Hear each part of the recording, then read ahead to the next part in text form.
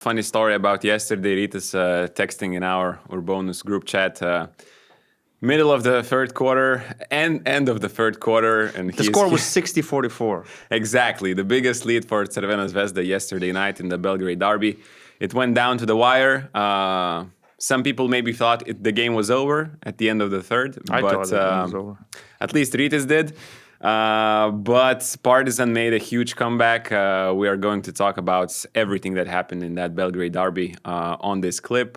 But I wanted to start Rytis talking about that last possession by Crvena Zvezda, because the funny thing, or I don't know, is that funny? Is that just interesting? Jared Butler turned his back when he saw that Nikola Kalinic was about to shoot a potential game-tying shot. That was weird. I was like, what is he doing? The guy had a great game, but somehow just turned off just when he was about to see his teammates shoot that shot and not him. So that was weird. What were your thoughts on this play? He switched off. It was difficult to comprehend what was happening at the time. The ball was thrown to him, and it looked like the ball might hit his body, and it could be a turnover. Thankfully, he reacted. He caught the ball, but it didn't look like he was focused enough to make the shot, so the shot was an air ball. Yeah, that was a strange play. But that was actually a good shot he got. A decent look. Decent look. And I thought if he was more prepared, more focused until the end, I don't know if he was not happy that the ball was not in his hands on that last possession, but it just looked weird.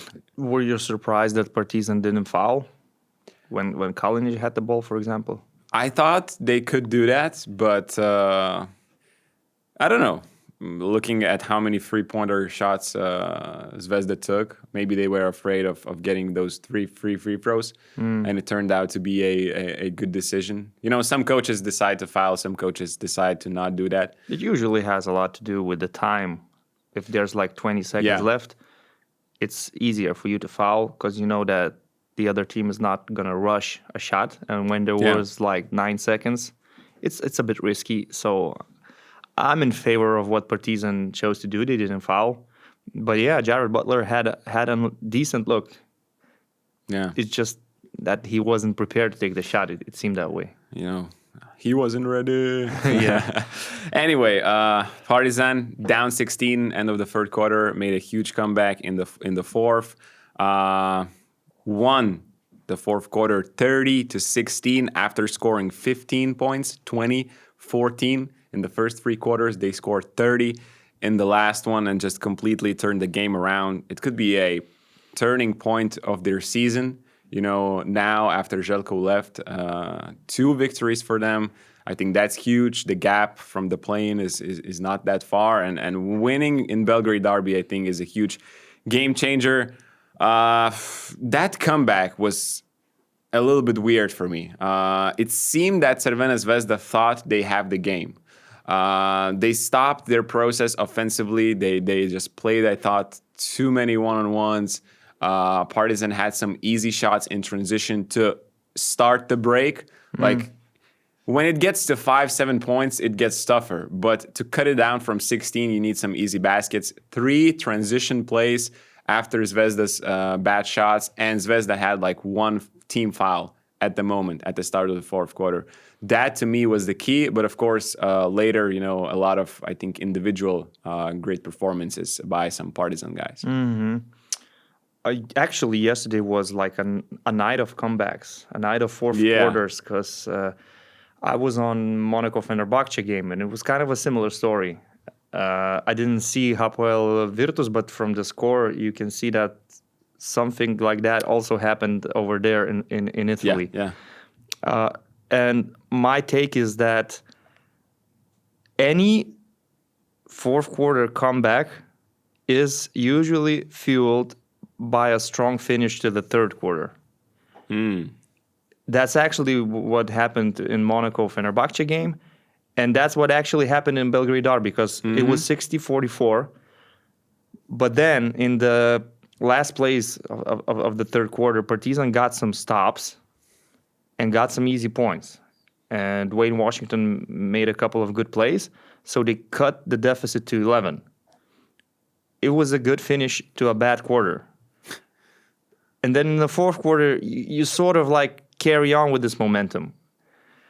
Even though after Graham's three-pointer, it was again like plus 14. it was 65-51 after Yeah. that shot. After Devonta Graham's three-pointer, it looked like Zvezda stopped the run. The game is They're over. still in control. They should win. But then, as you said, some really big plays happen. And we can talk about different guys. We can start with Wayne Washington being the leader in both of their wins, actually, against Bayern Munich and yesterday also. But what I loved in the fourth quarter was Isaac Bonga.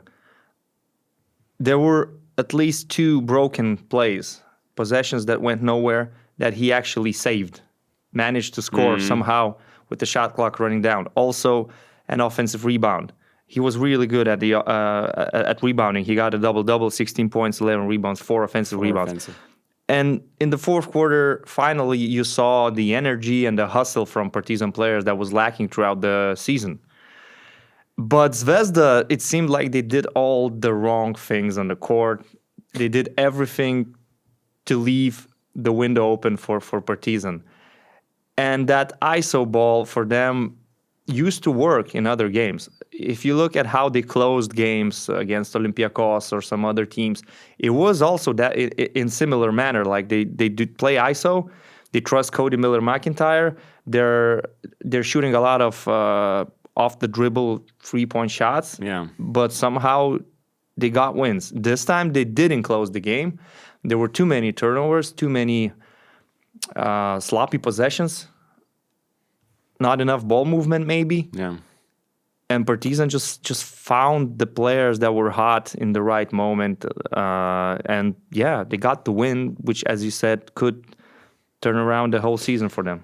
That last fourth quarter by Partizan and some guys, Dwayne Washington is averaging 23 and a half in the 2 games after Željko left. I think he's just been playing with a different energy, different confidence. Confidence was already high, after the first couple of games of the season. Yeah. It's not like it's his first 2 games that he has been playing good, but just a different level. Like he feels like he is the go-to guy on this team, and I thought that was what the other side of Belgrade lacked in the fourth quarter, because I see Cody Miller-McIntyre with 30 minutes in this match. Yeah. Partizan basically played 40 minutes of switch-all defense. There were a couple of possessions, a couple of minutes where Bruno Fernando was hedging out, but mostly the entire game, switch-all defense. Yeah. Cody is not exactly the guy that will punish switch-all defenses in ISO situations in every game constantly. He was amazing in this game, fronting the bigs of Partizan after Zvezda switch on defense. He was just phenomenal, as he always does. But he shot 2 of 11, and I thought 30 minutes for him in this match were a little bit, I think, too much. Yeah. And you should live, in the fourth quarter, you should live with the guys on the offense that are hot. And you have Jared Butler and you have Jordan Nwora, who I think did not score a single point in the last quarter. But I would like to see Butler playing more in the games like this. Maybe not 23 is already a high number, but like 27, 28. Plus, give him the ball in the last possessions. When it's like 7-8 seconds remaining on the shot clock, or it's the end of the quarter, last play, we see Cody Miller-McIntyre often with the basketball, or some other guy on Crvena Zvezda. I think Jared Butler has already shown that the skill that he has. I mean, he came into this game, scored a free throw off the unsportsmanlike foul, and immediately, first possession, three-pointer, Partizan is, switching. Jabari Parker is too low, nails the three-pointer in semi-transition, scores the floater. He just has this skill going around people, and I thought that was not entirely perfectly executed game plan maybe in the fourth quarter. Just too many rush shots that they could have just gotten better looks. And on the other side, on this side you have Cody trying to be the guy, I think, in the fourth quarter, some other guys. On the other side, you have Dwayne Washington, who just took over. Yeah. And it was obvious that he was the number one go-to guy for Partizan because both teams played a similar defense. Yeah, Dwayne Washington was huge. Even Shake Milton, who's still struggling, hit a big shot. That corner free, or was it a two? Did he have his foot on the line? I don't remember. I think it was a two, yeah. Maybe it was a two, but still, it was a very important shot. And Shake Milton, to me, is a strange player because I see a lot of potential, but that potential doesn't convert to good performances thus far. I hope in the future it will be better because he definitely has everything to be a good EuroLeague player. I remember one play specifically, and I want to emphasize it. When Zvezda had an 8-point lead, it was 67-59. And the usual stuff. Partizan, they are switching. Cody Miller-McIntyre is playing against Tyreek Jones. Mm-hmm. And Tyreek Jones just steals the ball from him. And then he runs to the fast break on his own, and it's 2+1. He hits the free throw, it's a 5-point game. So as a coach, Sasha Obradovic in this case, it's your nightmare to see things like that happening. Like you're still in control, and that's a turnover in an open court situation. You're just basically giving away the cheap stuff.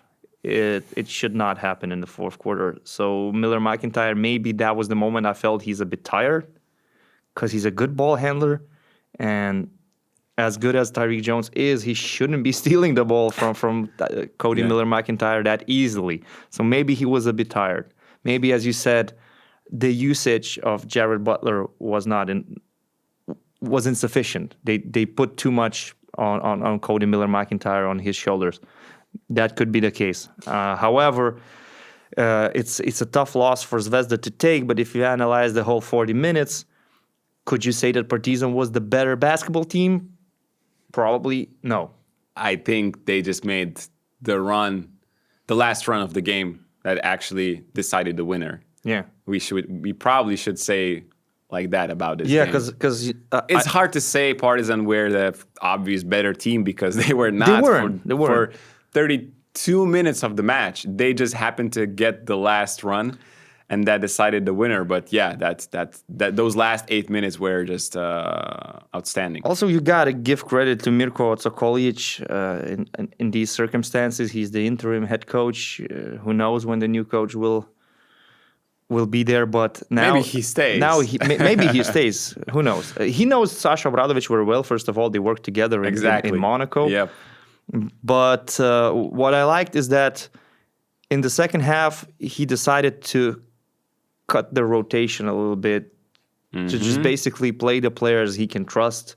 Jabari Parker was underperforming in the first half. He didn't play in the second half. He didn't look good at all.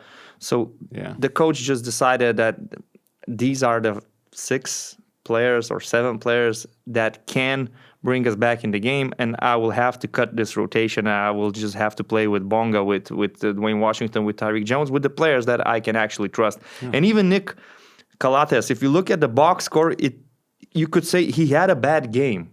But I wouldn't agree with that. He didn't have a bad game. He had very important defensive plays in that comeback in the third quarter and in the fourth quarter as well. With his experience, with his leadership, he was also an important part of this comeback, even though he didn't score a single point, and the numbers are not on his side. I wanted to emphasize, Rytis is talking about a guy who played 24 minutes, missed both field goal attempts, had 2 rebounds, 3 assists, 2 steals, but 4 turnovers, 4 fouls, and didn't draw a single foul himself, finished with -3 PAR.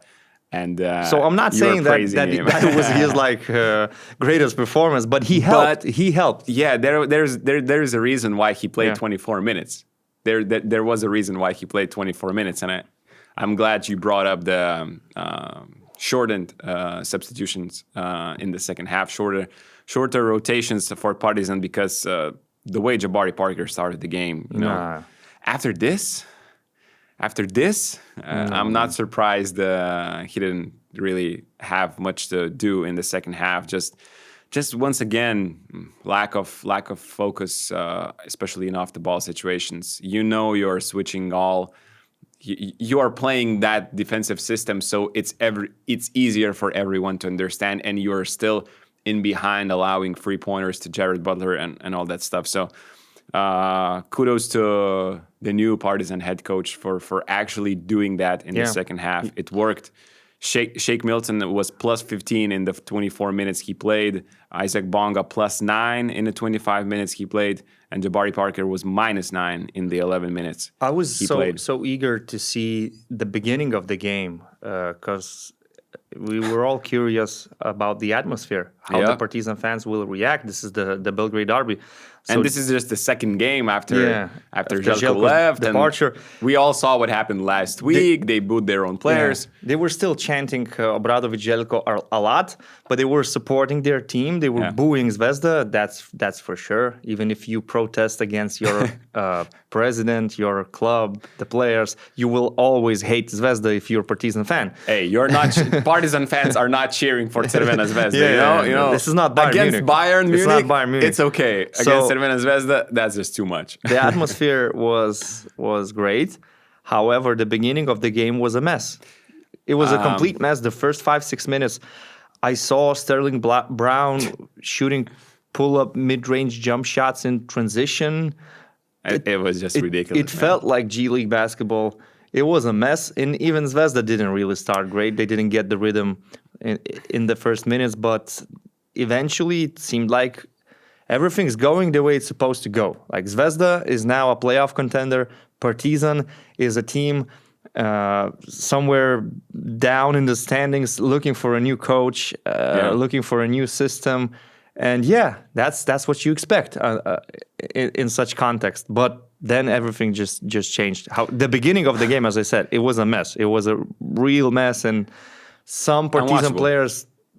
I don't want to single out anyone, but we're talking a lot about Jabari Parker. It seemed like he had no business in that game at all. I just checked some stats after watching those first 5 minutes because I was like, what the hell I am watching? There is Brian Windhorst in the attendance. There is Joakim Noah. There is the game was very well, I don't know. Promoted, I would say. You invite a lot of American guests, so maybe it gets some traction from the American media and all that stuff. And then in the first 5 minutes, there are 3 made shots from the field for both teams, 2 in 4.5 minutes. The score is 5-5 after 5 minutes. In the NBA, that's like after the first minute. And just the pressure of the derby or the emotions of the derby, I thought played a huge part to the start of the game. The players, as you said, were just rushing shots, so many bad decisions. Both teams started the switch. Nobody cares about attacking the switch all really in a good way. Just boom, boom, 2 dribbles. I'm shooting after one pass. And probably it was not what the VIP guests were expecting. But after that, Tyreek Jones 2+1 in the fourth quarter when the Partizan was coming back. The TV camera after the timeout filmed Joakim Noah, and he was doing like this. He was gassed up because of the atmosphere. I thought that was a really cool moment that was caught on the camera.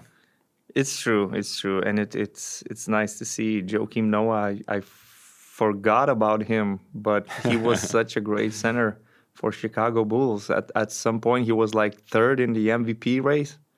That was just crazy to remember. Yeah. Brian Windhorst also there. He said that this derby was actually on his basketball bucket list. So he was there. He felt the atmosphere. He saw a lot of players he covered as an NBA journalist. I wanted to say. Yeah. On both sides, most of the players are former NBA players. And, going back to those emotions to start the game, I also checked that 5 of the 10 guys that were in the starting lineup experienced the Belgrade derby for the first time. So I thought it showed a little bit that, for a lot of guys to start the game, that was a new experience. And, So not a great watch, but the ending I thought was worth it. Everybody loves a comeback story. Not the best basketball, but great atmosphere and a great comeback. So that's all you want if you're a neutral fan, just watching this game casually.